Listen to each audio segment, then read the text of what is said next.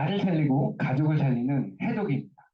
해독이 돼야 다이어트가 되는 거고, 건강해져야 다이어트가 되는 거다. 우리가 먹는 것이 곧 우리 자신이 되는 건데, 음식으로 고치지 못하는 병은 약으로도 고치지 못한다 그래요.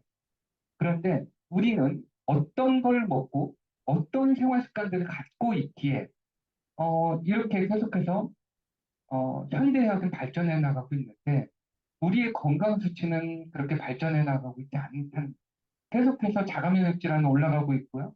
자폐아, ADHD, 성조숙증, 아토피 건선 청식 이런 것들을 갖고 태어난 아기들이 너무나 많고 지금은 2명 중에 1명이 그런 걸 갖고 태어난. 그리고 예전에는 100만 명당 1명 있는 희귀병들이 지금은 10만 명당 1명, 만 명당 1명. 희귀병이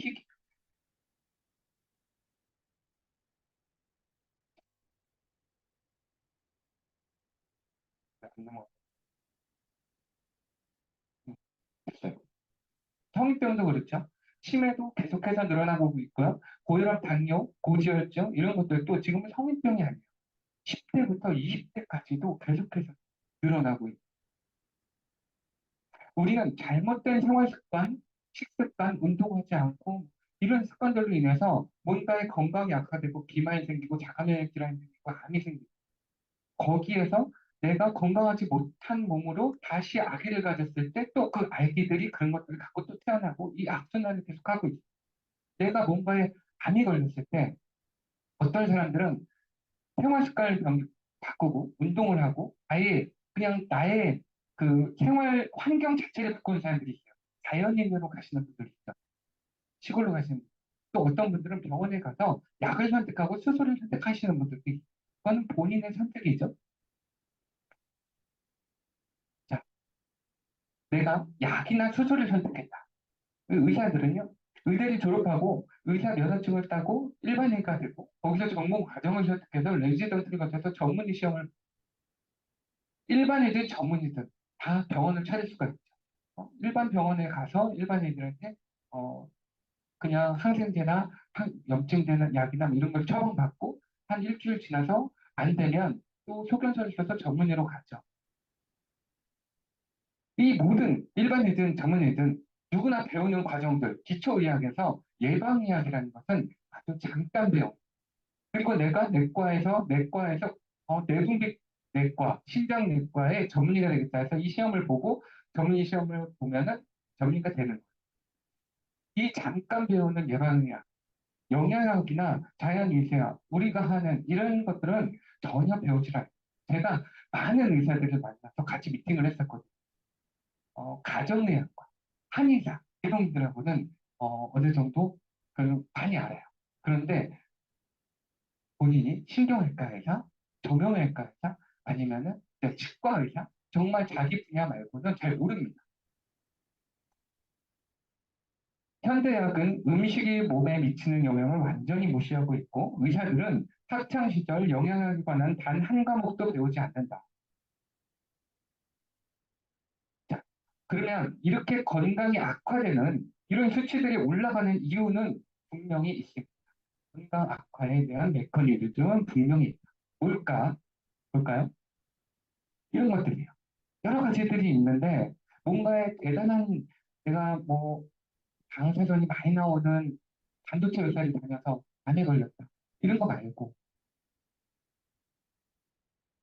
자, 이 별거 아닌 것들인 것 같은데 이런 것들이 쌓여서 그런 질병들을 낳그 중에 하나가 GMO예요. 유전자 변형 농수산물인데 이런 이 GMO를 가지고요. 쥐한테 실험을 한 거예요. 쥐한테 GMO 감자 콩을 이렇게 먹여서 한 2달을 봤는데 면역 기능이 저하되고 뇌가 수축이 되고 주요 장기가 손상이 돼요. 이 연구소에서 30년간 근무해온 이 박사는요, 이 연구를 하고 나서 해고됐어요. 열심히 만들어서 이걸 지금 팔아야 돼. 전 세계적으로 팔아야 되는데, 이런 연구를.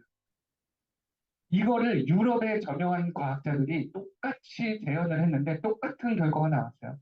그래서 유럽에서는 미국의 GMO를 수입 안 합니다. 제가 얼마 전에 러시아 그 마트에 가고 육류랑 뭐 이런 것들을 사는데, 왜 그랬냐면 아이들이 있어요. 러시아에서는 GMO가 들어간 걸 하면 총살이에요. 음, 그만큼 심각한 거거든요.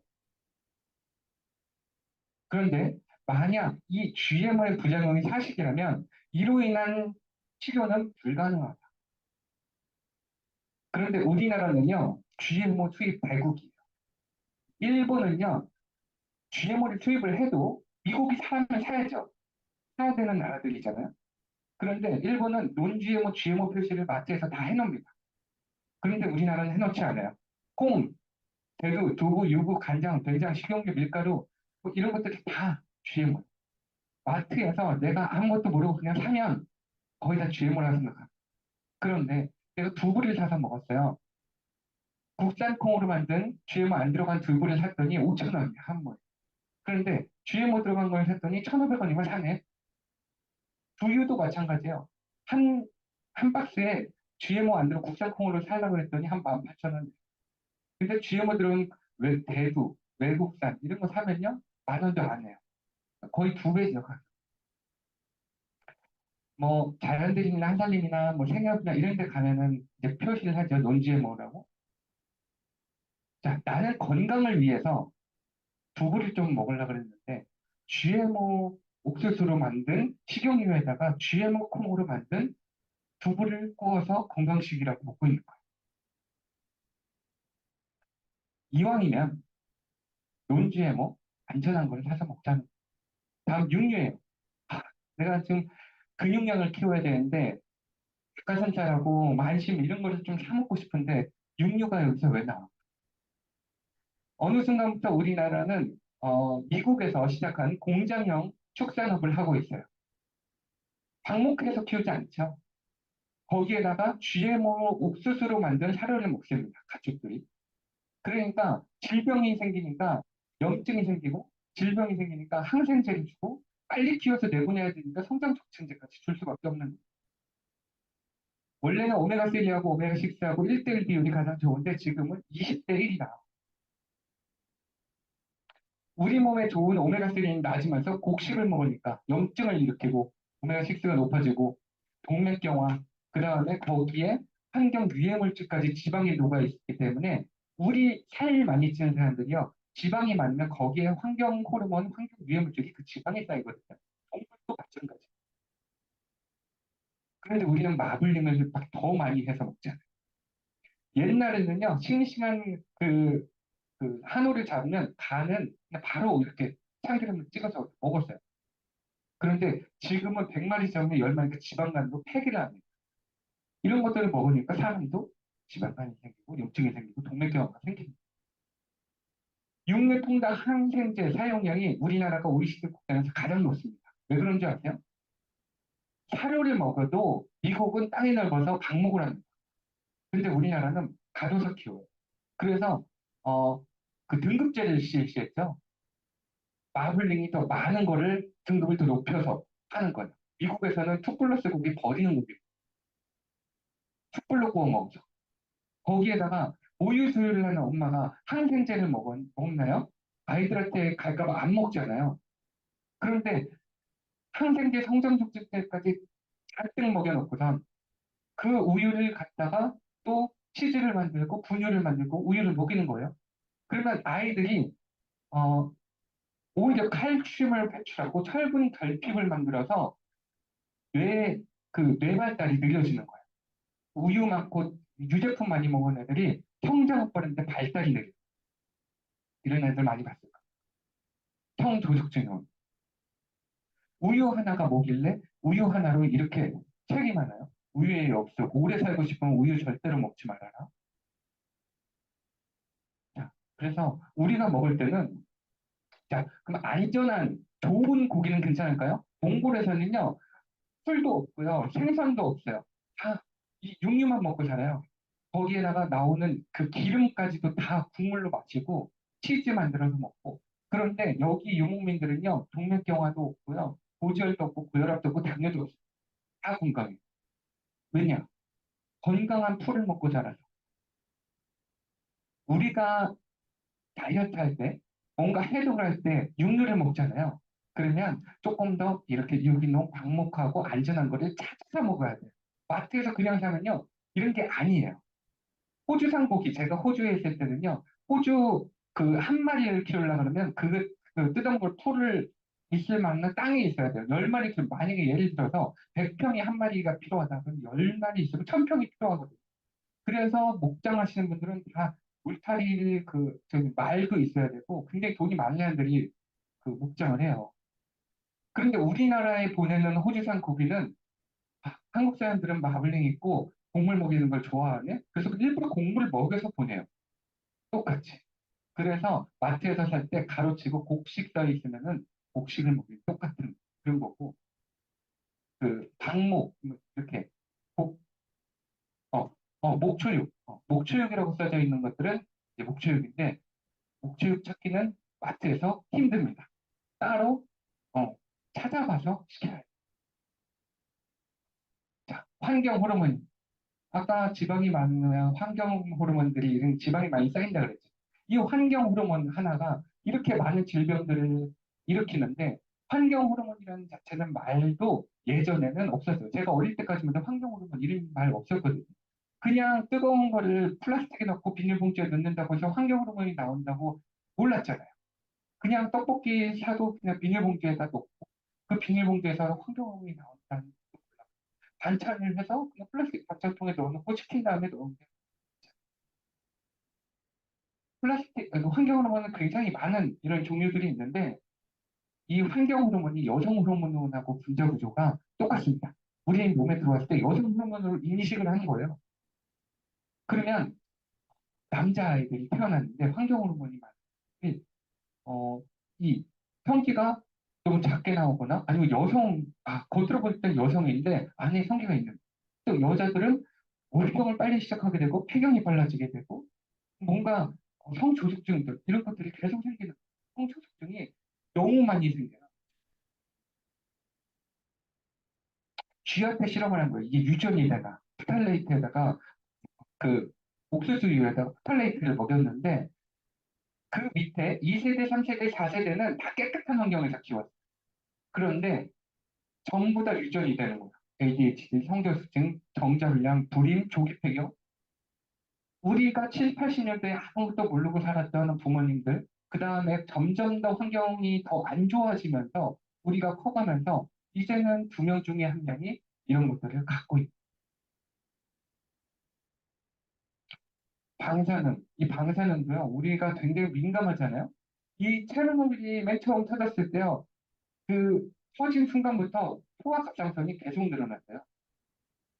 그래서 이 아이들한테 딱 그 방사능 양을 채취했더니 진짜 극소량이에요. 이 극소량도 우리 몸에서 빠져나가지 않고 계속 우리 몸의 세포를 파괴하는 거예요. 그래서 방사능 전문가들은요, 방사능에는 기준치가 없다 그래요. 기준치가 있으면 안 된다. 고량도 문제가 돼요.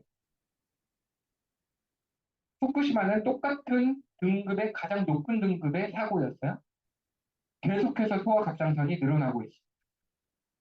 그런데 우리나라에 들어오는 토요타 자동차, 화장품, 뭐 분유에서도 르세슘이 검출이 되고 조심해야 되겠죠? 이런 것들 알아서 조심해서 먹어야 되고 자, 성인 되기 전에 CT 4번 찍으면 암에 걸릴 확률이 굉장히 높아진다. 근데 방사능, 방사선 이런 것도 별거 아니라고 생각하는 사람들이 있는데 이것도 계속해서 건강검진 계속하는 사람들이 오히려 그것 때문에 암이 걸린다고 했어요. 계속 엑스레이 찍고 이게 어쩌다 한 번이잖아요. 그런데 나이 들어봐요. 임플란트 할 때 엑스레이 몇 번 찍나? 이 뇌가 바로 위에 있는데 그 다음에 그 차폐록 같은 거 주는 병원 별로 없어요. 피치해 놓고 그냥 찍어요. 허리 아파서 갔는데 또 엑스레이. 팔목 아파서 갔는데 또 엑스레이. 무릎 아파서 갔는데 또 엑스레이. 신중하게 잘 선택해서 찍어야 돼요. 식품 첨가제. 이 식품 첨가제를 만든 그 연구소에서 식품 첨가제를 만든 사람이에요. 자기 아들이 아토피인데 자기가 만든 걸 먹고 있는 걸 보고 그 회사를 그만두고 자기가 만든 걸 가지고 이른 강의장에서 그 자리에서 바로 그 강의를 하고 만들어줍니다. 그 여러 가지 가루를 가지고 라면 스프도 만들어주고요. 음료수도 만들어주고 과자도 그걸 만드는 과정을 본 사람들은요. 먹으라고 했는데 못 먹어. 방금 전까지 마트에서 사 먹던 음료수를 못 먹는 거. 알면 못 먹는다. 그런데 우리가 유통이 되려면 어쩔 수 없이 이런 것들이 들어갈 수밖에 없어요. 이런 것들이 들어가야 판매가 할 수 있고 우리 생크림 케이크 여름에 한나절 놔두면 바로 상하잖아요. 그런데 그 생크림 케이크 마트에서 상온에서 얼마나 오랫동안 팔아요. 그런 것들을 하려면 내가 피하는 수밖에 없겠죠. 사는 사람이 팔려면 어쩔 수 없이 넣어야 돼요. 제가 책을 쓸 때, 이 부분에 대해서 썼었는데, 이때까지만 해도 아스파tam 엄청 많이 이렇게 넣었었어요. 설탕 대신에. 그런데 뭔가 이 천연인 것처럼 얘기를 하고, 더 싸고, 설탕보다 200배, 300배의 단맛을 내요. 그럼 이걸로 바꿔야 될 거 아니에요. 근데 그냥 바꾸면 안 좋다 그러면 누가 사 먹겠어요? 그러니까 뭔가 좋은 내용인 것처럼 해야 돼. 내가 파는 입장에서, 기업에서. 그렇게 해서 세뇌를 시켜야 되는 거예요. 그런데 지금 아스파탐 어때요? 발암물질로 지정했잖아요. 이런 내용들이 계속 있는데 우리가 먹고 있는 과자나 음료수나 아니면은 술이나 이런 데 전부 다 지금 이런 것들을 넣고 있다. 아이에게 과자를 먹는 바에는 담배를 주라. 배도 안 부르는데 천 가지 덩어리잖아요. 제가 제 고객한테 제가 아토피가 너무 심했었거든요. 어렸을 때. 목욕탕에 들어가면 탕에 못 들어가게 했어요. 그리고 엄마는 맨날 문둥연고를 사다 발라주고 그 스테로이드제를 로션에다 섞어서 발라주고 아니면 병원 가서 이렇게 스테로이드 약 먹고 맨날 그러면서 컸어요. 아토피는 못 고치는 병이죠. 그리고 아토피는 원래 그냥 이렇게 태어났구나 이렇게 생각했어요. 근데 내가 먹던 모든 식단들이 다 그런 거였어요. 어떤 엄마가 아토피가 좋아졌다는 얘기를 듣고 저한테 연락이 와서 제가 갔는데 아토피가 너무 심해. 그렇게 해서 뭐 이런 제품들도 막 얘기해주고 막 그랬었는데 좋아졌다가 또 안 좋아지고 좋아졌다가 안 좋아진다는 거예요. 그래서 그 집을 가서 상담을 해봐야 되겠다 해서 갔는데 저랑 상담하는 내내 과자를 주고 좋아질 수가 없겠죠. 자, 그러면 우리 아이들은 어, 과자도 먹이지 말고 아이스크림도 젤리도 이런 거 먹이지 말아요. 다른 애들 다 먹는데 이렇게 말을 하는 거예요. 그런데 그 귀에서 들어온 독소를 이길 수 있는 화장품이나 건강기능식품 이런 거 없어요. 그런 건 없습니다. 제가 아토피가 너무 심했어갖고 우리 아이들한테는 정말 그렇게 안 키우고 싶어요. 그래서 매일매일 저는 아침, 점심, 저녁 이렇게 어디 놀러 갈 때면은 식단을 다 만들 거를 싸가지고 가요. 이렇게 차려주고. 이 모든 것들이 계속해서 복합되니까 우리는 이런 건강 수치들이 현대의학은 계속 발전해 나가고 있는데 기대 수명은 늘어나고 있는데 건강 수명은 계속해서 떨어지고 있는. 그럼 뭐예요? 기대 수명은 늘어나는데 건강 수명이 낮아지면은 젊었을 때 열심히 벌은 돈을 노후에 다 병원 갖다 준다는 소리예요. 그러니까 혈관이 막히고 혈관이 막혀서 고혈압, 고지혈증이 오게 되고 또 지방간이 생기게 되고 이 지방간 같은 경우도요. 이 푸아그라 아세요? 푸아그라? 오리에다가 호수를 끼고 하루에 엄청나게 먹이면 사람으로 치면 20kg씩 먹이는 거예요. 엄청나게 먹이면 얘가 비만이 생기고 병이 생기고 간이 요만했던 게 이렇게 커져요. 그러면은 순대 간처럼 퍽퍽한 간이 아니고 엄청 부드러운 간이 돼요. 그걸 먹는 거예요. 지방간을 먹는 거예요. 그런데 우리가 어, 렙틴이라는 호르몬이 있어요. 글렐린이라는 호르몬이 있어요. 위에서 나오는 배고픔을 느끼는 호르몬. 렙틴은 배가 어느 정도 부르면 그만 먹어라 라고 하는 뇌에서 나오는 호르몬인데 이거가 깨지면 계속 이게 깨져. 이게 뭐냐? 액상과당, 음료수 같은 데 많이 들어있죠? 액상과당, 매운 음식 같은 데 많이 흰 밀가루 음식, 술, 포화지방, 트랜스지방, 스트레스, 수면 잘 못해도 스트레스 받아도 술 500cc 두 잔 먹으면 배부른데 회식할 때 2시, 3시까지 막 먹다 보면요. 배불른지도 모르고 계속 먹어요. 집에 가서 맥주 2병 더 먹어요. 지금 웃는 사람들은 그랬던 기억이 있는 거죠. 수면도 마찬가지예요. 이게 뇌에 쌓이는 단백질, 치매를 유발하는 베타아밀로이드라는 이 물질인데요. 이게 계속 쌓이잖아요. 치매돼요. 근데 이거는 우리의 림프가 없어요, 뇌는. 이게 언제 청소가 되냐? 잘 때 청소가 됩니다. 6시간 이상 자는 사람들, 이게 청소가 되는데 6시간 미만으로 자면요, 이게 계속 쌓여요. 이게 계속해서 누적돼서 쌓이는 거예요. 그래서 해독할 때 내가 해독을 한다. 그러면 우리 몸도 그 뇌가 그걸 인식하거든요. 이걸 청소하려고 잠이 와요. 낮에 계속 잠이 오고 밤에도 잠이 오고 해독하는데 나는 잠이 와서 도저히 못 살요. 이런 사람들이 잠을 많이 못 자거나 불면증이 있다거나 원래 많이 피곤했던 사람들 이런 사람들이 이런 증상들이 처음에 와요. 그리고 이게 청소가 되잖아요. 그러면 컨디션이 엄청 좋아져요. 근데 그걸 못 버티고 한 일주일 지나서 난 도저히 못하겠어. 일을 못하겠어. 그리고선 그만두잖아요. 그걸로 인한 나중에 치매나 뇌졸중 이런 걸로 만날 거예요. 생로병사에서 그렇게 만난 사람들이 나와서 방송에 나온 사람이 있어요. 몸이 보내는 신호를 무시하면 안 됩니다. 그리고 장 점막이 망가지죠. 장 점막이 이렇게 망가지게 되면 이때처럼 장 누수가 생겨요. 이렇게 망가지.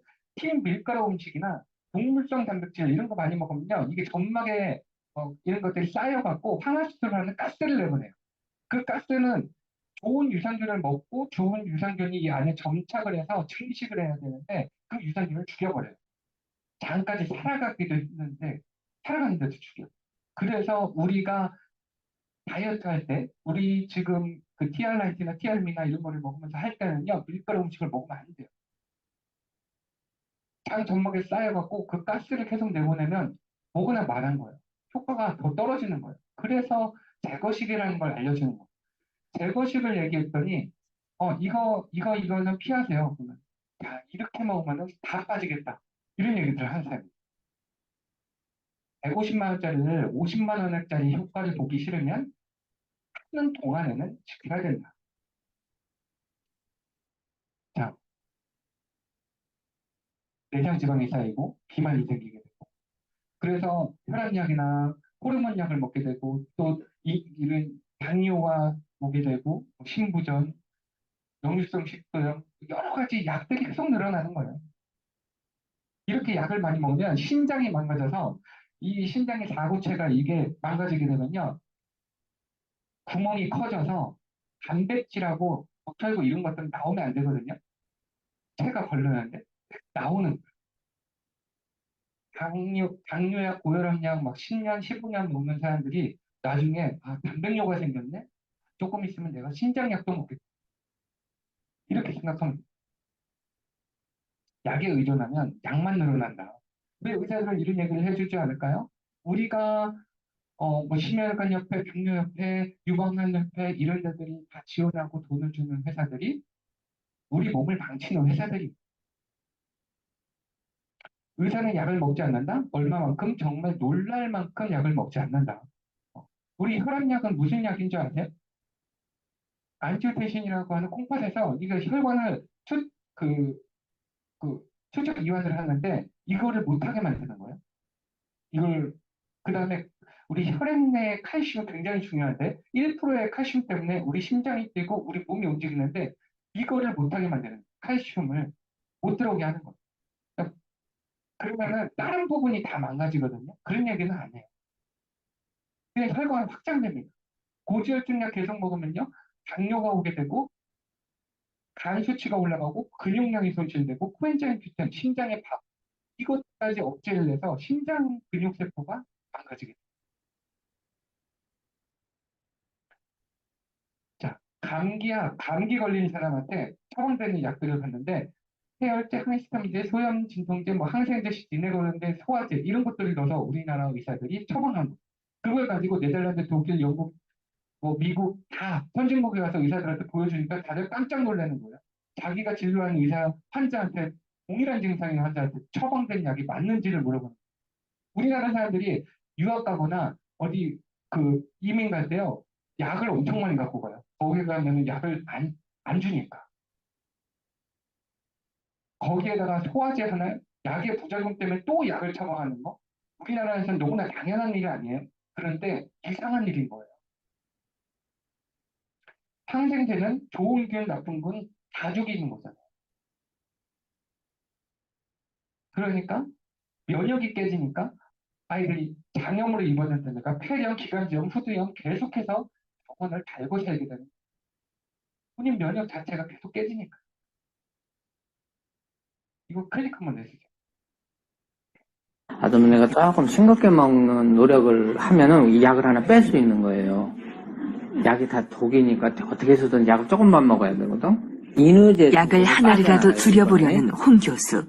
그의 전공은 심장내과다. 사실은 저도 당뇨가 있습니다. 저도 고혈압이 있습니다. 저도 당뇨약을 먹어야 되고 고혈압을 먹어야 조금 넘겨주세요. 되는데 제가 저 자신한테 처방을 하려고 조금 더 넘겨주세요. 편을 드니까 처방을 못 하겠더라고요. 이 약은 이런 부작용.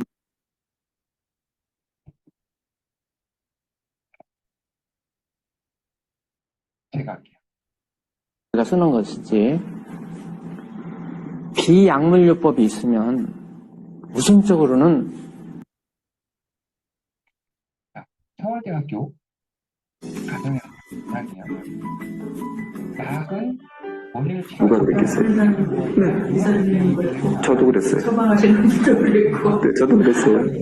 하루라도 안 먹으면 큰일 나. 큰일 나니까 약 정신 차리고 어머니 챙겨드시더라고. 네, 약을 먹게 해야 되니까.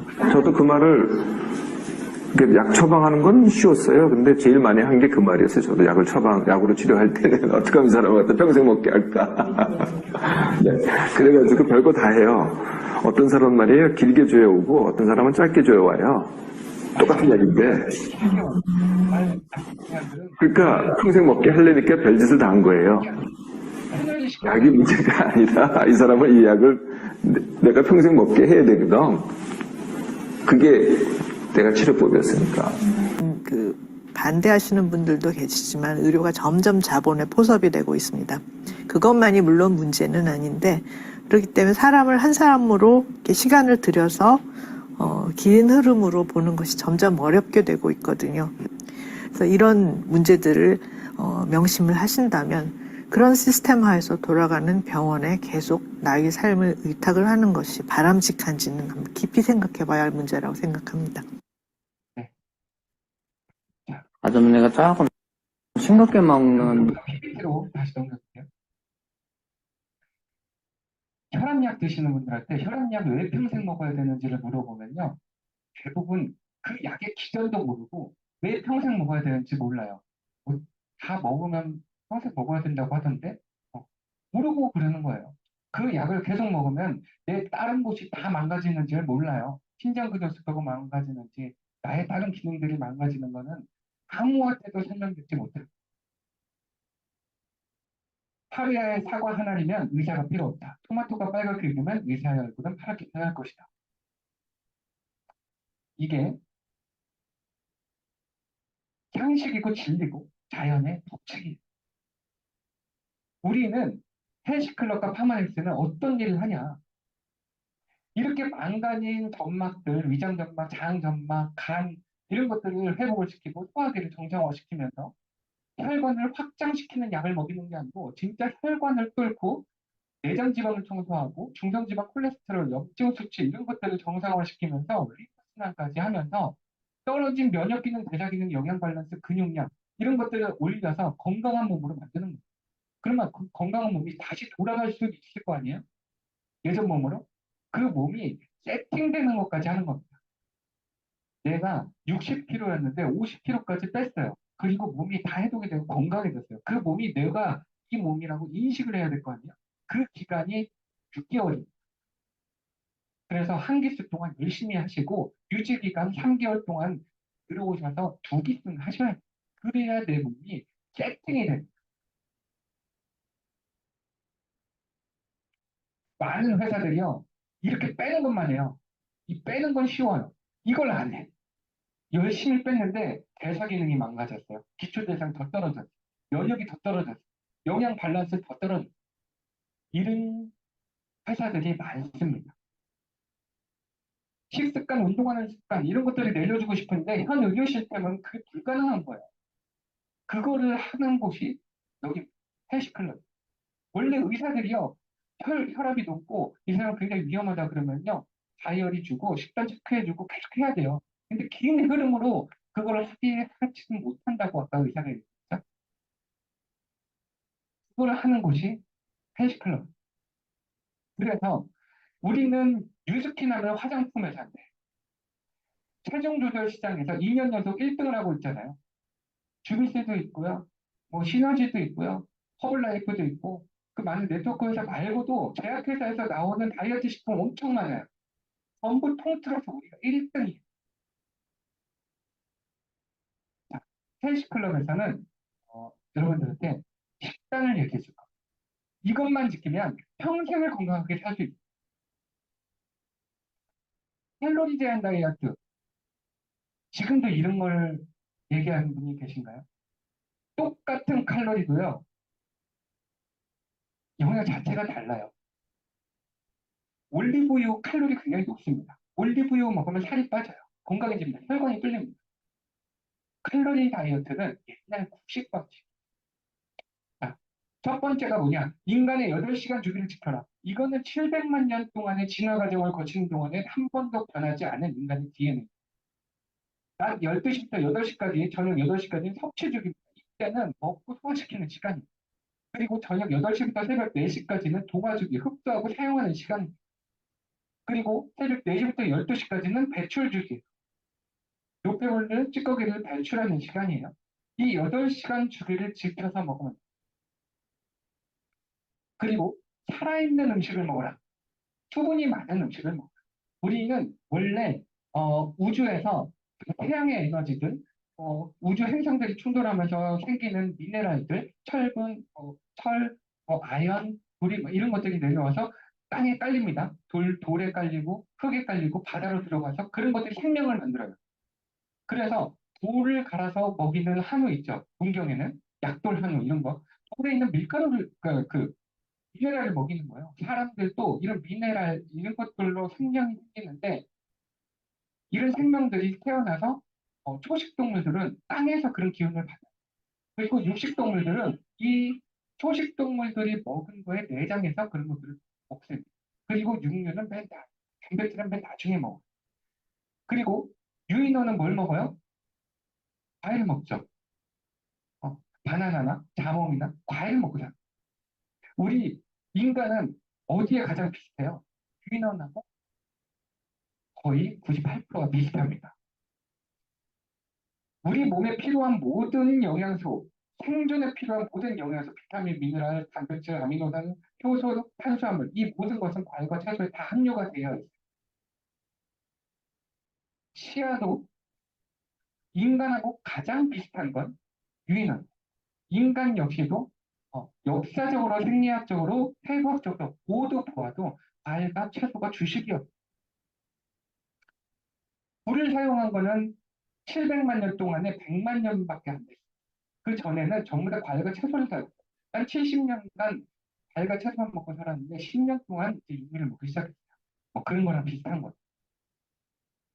초식 동물의 장은 20m입니다. 인간의 장은 8에서 9m, 육식 동물은 1에서 2m. 초식 동물들은 식물, 으깨서 이렇게 먹잖아요. 그게 장에서 오래 있으면서 그게 발효가 돼요. 발효하고 썩는 건 달라요. 발효가 되면서 미생물들이 나옵니다. 그런 것들이 생명을 유지하게 되고 그게 단백질 역할들을 합니다. 육식 동물들은요, 육류를 먹어서 그게 오래 남아있으면 아까 전처럼 황화수소나 가스가 계속 나오고 장이 망가지고 안 돼요. 그래서 빨리 내보낼 수 있게 장이 짧아요. 인간은 동물보다 몸이 좀 작아서 그렇지 똑같은 초식동물과 같이 장이 굉장히 깁니다. 그래서 인간이 이 긴 장에 육류를 많이 먹잖아요. 그러면 안 좋은 거예요. 한계를 뛰어넘기 위해서 운동선수들, 막 이런 선수들이 자기 금메달을 따고 자기네 그 능력을 더 높이기 위해서 아니면 부상을 당했는데 빨리 회복하기 위해서 선택한 것들이 뭐였냐? 채식이었다는 거예요. 그러니까 비트 주스를 마신 거 하나만으로도 이렇게 22%가 더 늘어나고 중량을 더 높게 들고 더 빨리 회복할 수 있고 자신의 한계를 뛰어넘기 위해서 채식을 선택한 사람들 맥그리거를 이긴 UFC 선 챔피언이었죠. 데이트 디아즈, 아놀드 슈왈제네거, 비너스 윌리엄스, 마이크 타이슨, 굉장히 유명한 사람들이잖아요. 이런 사람들이 채식주의자였다. 그러니까 내가 꼭 동물성 단백질을 먹어야 근육량이 높아지고 동물성 단백질을 먹어야지만 근육이 유지가 될 것 같고 나이가 들었으니까 이런 것들을 더 많이 먹어야 되겠다라고 생각하는 사람들의 편견을 버리라는 거예요. 채식을 하라는 소리가 아닙니다. 오히려 채식으로 단백질을 섭취한 사람들이 몸의 흡수율이 훨씬 더 높아요. 이 사람들보다 고릴라보다 아놀드 슈왈제네거보다 더 근육량이 많은 사람이 있나요? 지금 여기에? 그런 걸로 인해서 내가 꼭 동물성 단백질을 먹어야지 근육량이 생긴다. 그거는 아니라는 거예요. 자, 위장을 통과하는 시간 이걸 지켜야 돼요. 과일은 20에서 30분입니다. 야채, 샐러드 이런 거 2시간, 탄수화물 3시간, 육류 4시간, 여러 가지 배합되는 시간 8시간 이렇게 보는데 많은 사람들이 과일의 당은요. 공복에 먹었을 때는 금방 당이 올랐다가 혈관통에서 다 빠져나갑니다. 장점 외에는 단점이라고는 아무것도 없어요. 근데 우리나라에서는 과일을 다른 걸 먹고 나서 먹어요. 그러니까 이 당이 못 빠져나가. 그게 질병을 만들어요. 과일하고 지방하고 같이 먹으면 독이다. 밥 먹고 나서 후식으로 먹는 과일은 독이다. 하지만 공복에 먹는 과일은 약이다. 그래서 아침에 아까 전에 배출죽이었죠. 새벽 4시부터 12시까지. 그때는 공복이 좋습니다. 그래서 간헐적 단식하는 사람들이 있죠. 제가 아놀드 홍을 만난 적이 있었거든요. 같이 미팅을 한 적이 있었는데 본인의 그 체지방 매일 인바디 체크한 것들을 책으로 이렇게 딱 그리고 저한테 이렇게 보여주는 1%대입니다. 항상 1%대인데 술 마신 날만 3%대. 그렇게 해서 이렇게 하는데 간헐적 단식을 합니다. 시간을 정해놓고 낮에 12시부터 5시까지 먹고 싶은 거 다 먹는 거예요. 이런 다이어트를 하는데 다이어트가 건강을 위해서 하는 거예요. 그게 아까 그거에 맞는 거예요. 8시간 주기. 그러니까 아침에 공복이 좋지만 먹을 거면 소화 주기가 짧은 소화 에너지 가장 적게 쓰는 과일을 먹어라. 그래서 오전에 우리는 과일 추천을 드리는 거예요. 그래서 아침에 티알라이트 드시는 분들 오전에 사과 2알 먹는 거예요. 8시에.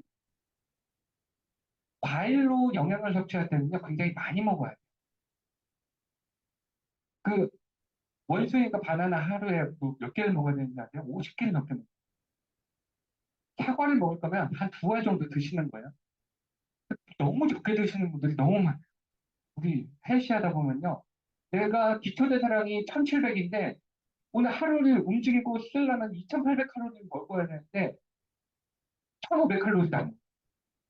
그러면 몸이 망가지는 거거든요.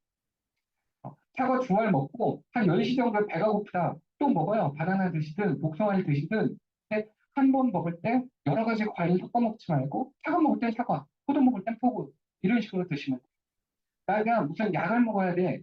그래서 꼭 밥을 먹어야 돼. 그럴 때는요. 아침에 일어나자마자 드시는 게 양치하고 드시는 게 과일. 사과 반쪽 먹고 조금 있다가 쉐이크나 밥 조금 드시고 약 드세요. 건강하신 분들 그냥 과일만 드세요. 12시에 건강한 한식을 드시면 됩니다. 그리고 간식 드시고 간식도 견과류, 채소 이런 것들을 골라서 먹고 고구마나 삶은 계란 이런 거 먹어도 됩니다. 그런데 간식을 과일로 드실 때는 아까 전에 말했듯이 과일만 드세요. 과일하고 견과류 같이 먹으면 안 되는 거예요. 저녁 때는 쉐이크와 단백질, 닭가슴살이나 안심이나 야채 같이 이렇게 해서 드시면 돼요. 과일은 제철 과일로 먹고 열대 과일이나 통조림, 냉동 과일, 말린 과일 이런 것들은 제외 이렇게 드시면 돼요. 쉐이크에다가 저녁 때는 이렇게 같이 드시고 그냥 건강한 한식 위주로 드시면 돼요. 이것만은 꼭 지키자. 12시 전까지는 과일식을 한다. 과일과 공복에 과일을 먹고 식후에 먹는 과일은 독이다. 자, 과일도 이코스피어로 깨끗이 닦게 식채로 먹고요. 이렇게 우리는 생활 습관과 식습관, 운동하고 환경 이런 것들을 바꾸면서 건강한 몸으로 바꾸는 걸 선택하는 겁니다. 공원과 약이 아니고. 무병장수가 좋은 사람들이 있어요. 우리는 회원님들이 건강해지고 살이 빠지고 이뻐지고 젊어지면 또 소개가 나요. 그 소개가 난 사람들이 또 예뻐지고 젊어지고 건강해지면 또 소개가 나요. 우리는 무병장수가 좋은 사람들이에요. 그런데 유병장수가 좋은 사람들이 있어요. 아까 제가 말했듯이 기대 수명은 늘어나는데 건강 수명은 낮아져야 되는 사람들이 있어요. 어떤 사람들의 말을 믿어야 되냐? 어떤 사람을 믿고 갈 거냐? 그래서 제가 그런 부분들, 이런 내용들에 대해서 이 해독이라는 책을 썼어요. 그래서 내가 이 다이어트를 시작하고 3년간 헬스클럽을 하기 전에 한번 읽고 시작하시면 훨씬 더 건강한 삶이 될 겁니다. 저희 어머니가 저를 사랑하지 않아서 아까 전처럼 여러 가지 안 좋은 음식들을 먹이고 스테로이드제 연고에다가 문득 연고까지 이런 것들을 발라주고 그런 게 안 사랑해서 그런 게 아니에요. 몰랐기 때문에 그런 거. 내가 알면 나와 우리 가족들이 다 건강해집니다. 자, 3.3 헬스클럽에서 여러분의 건강한 삶을 응원합니다. 감사합니다.